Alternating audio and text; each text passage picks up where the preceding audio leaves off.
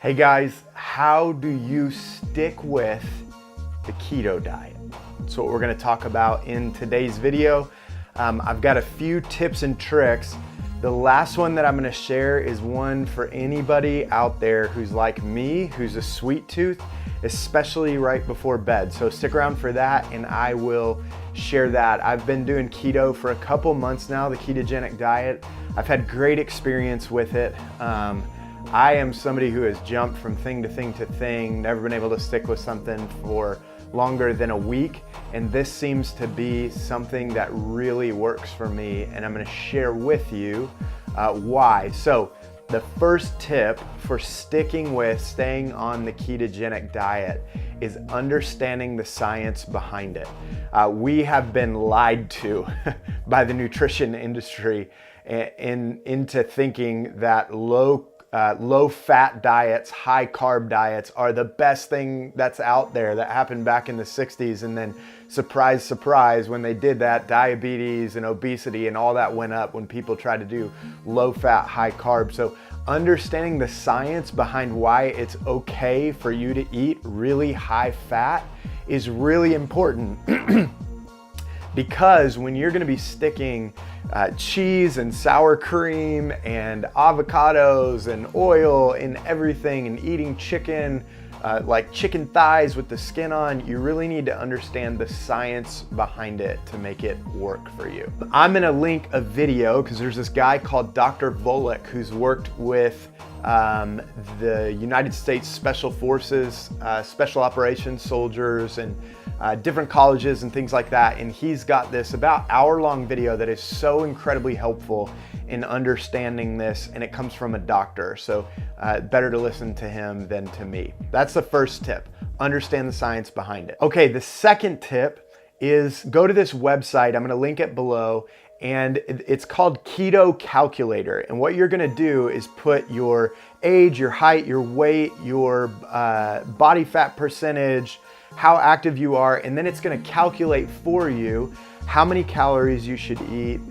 It'll give you a little bit of guidance on how much protein you wanna eat based on how much you work out and things like that. But what that'll help you do is get to your caloric number, and then it'll break down what you need every day for fats, protein, and carbs, right? So for me, I'm about 70% fat, about 25% protein, and 5% carbs. That app was really helpful for me. So go in there, plug it in your numbers, it will give you your numbers. That's the second tip. Go to Keto Calculator, get the numbers that you need. Okay, third tip, once you've gotten the numbers from the Keto Calculator, get this free app if you don't already have it called MyFitnessPal.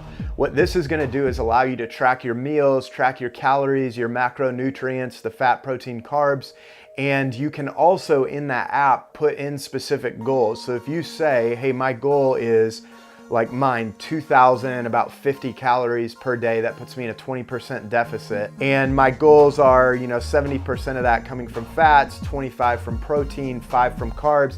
You can go in there, search your meals, it's got them in there, search your food. It'll automatically build it in there so that you know you're staying on. That is such a key to sticking with this, is being able to track your meals, make sure you're getting enough calories, because on the keto diet, you end up just really full. Sometimes it's hard to eat enough calories and making sure that they're the right calories. So MyFitnessPal, get that app. That is the third tip. The fourth tip, electrolytes, electrolytes, electrolytes. This is so important, and it's one of the biggest reasons why people don't stick with the keto diet, because of what's called the keto flu. Now, when you first start this, you are gonna have a couple days of just headaches, and it's gonna be a little bit difficult as your body gets used to not having glucose or glycogen to kind of function on. So electrolytes are gonna be really, really important to help with that headaches and then muscle cramps and things like that. So you need sodium, you need potassium, and you need magnesium. So sodium, you need to get used to adding salt to your food. Just add salt to everything, you're gonna need it. If you have a really bad headache, add a little bit of salt to your water and it'll help, I promise you, within about 30 minutes or so. The second thing is potassium. right? You can't eat a banana because that thing has like 20 grams in a single banana. So you need to eat a half an avocado or an avocado every day, or get your potassium in some other way. That's the easiest way that I've found to get potassium.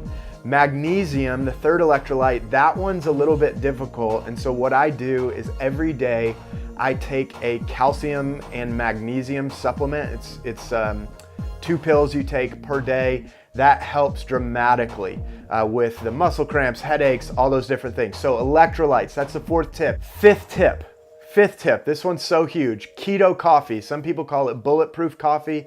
This is my breakfast every single morning. You make a cup of coffee, you pour that cup of coffee into a blender or an immersion blender or something like that.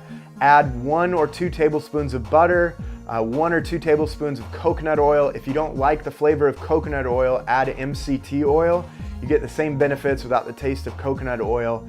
And then I add a little bit of cinnamon. You can also add heavy whipping cream, a tablespoon or 2 of that.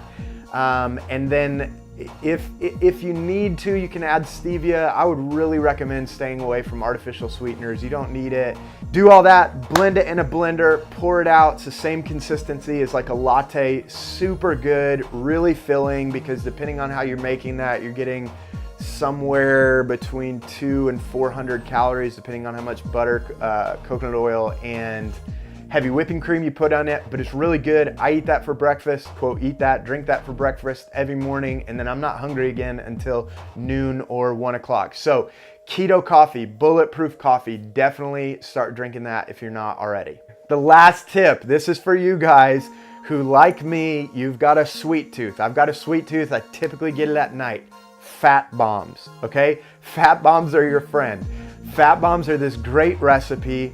It's cocoa powder, coconut oil, butter. Some people put butter in it. You don't have to.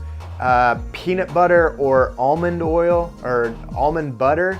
And then again, stevia, but you honestly don't need it. Like if you really need it a little bit sweeter, do that. But if you use regular peanut butter that has the low sugar stuff, it's kind of sweet enough, to be honest, especially if you've been on keto for a while and your taste buds have kind of changed. You just don't want sugar as much anymore. Melt all that together. You pour it into the mini cupcake tins. Make about 12 of those, put it in the freezer for 30 minutes, and then you can pop them out, keep them in a Ziploc bag in the freezer. They're so good. It's a great way to hit your fat numbers, because depending on how you make it, it's about 15 grams, 14 or 15 grams of fat per fat bomb, 1 gram of carb, 1 gram of protein. So good, great way to increase just your fats if you find out you're a little bit low on your fat for the day.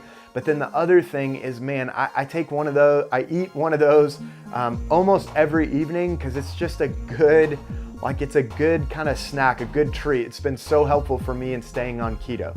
So guys, hope these tips are helpful. If you've got any that I didn't share, drop them in the comments below. Like this video, subscribe for more videos about this and just other reviews and how-to things and things like that. It really is helpful for me.